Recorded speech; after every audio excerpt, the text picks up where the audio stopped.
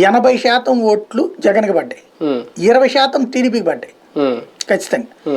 బీజేపీతో పొత్తు పెట్టుకుంటే ఈ 20% ఓట్లు అటుకెళ్ళిపోతాయి, 15% అన్న అటుకెళ్ళిపోతాయి. ఇది వీళ్ళ కాన్సెప్ట్.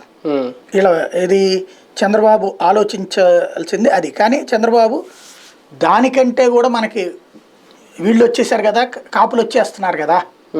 రెండవది తటస్థ ఓటర్ మన వైపుకి టర్న్ అవుతాడు అనేది ఒక క్లియర్గా ఉన్నాడు ఆయన.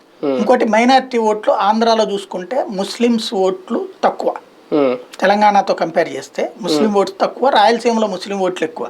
అక్కడ 13% ఉంటుంది, ఇటు 8% దాకా ఉంటుంది. ఈ 8% నమ్ముకునేసి అందులో ఆ ఓట్లలో 80% అటుకే వెళ్తుంది. అంటే ఓ 10 లక్షల ఓట్లని అనుకుంటే 8 లక్షలు అటుపోతుంటే 2 లక్షల ఓట్ల కోసం ఈయన ఎందుకు చెడగొట్టుకుంటాడు?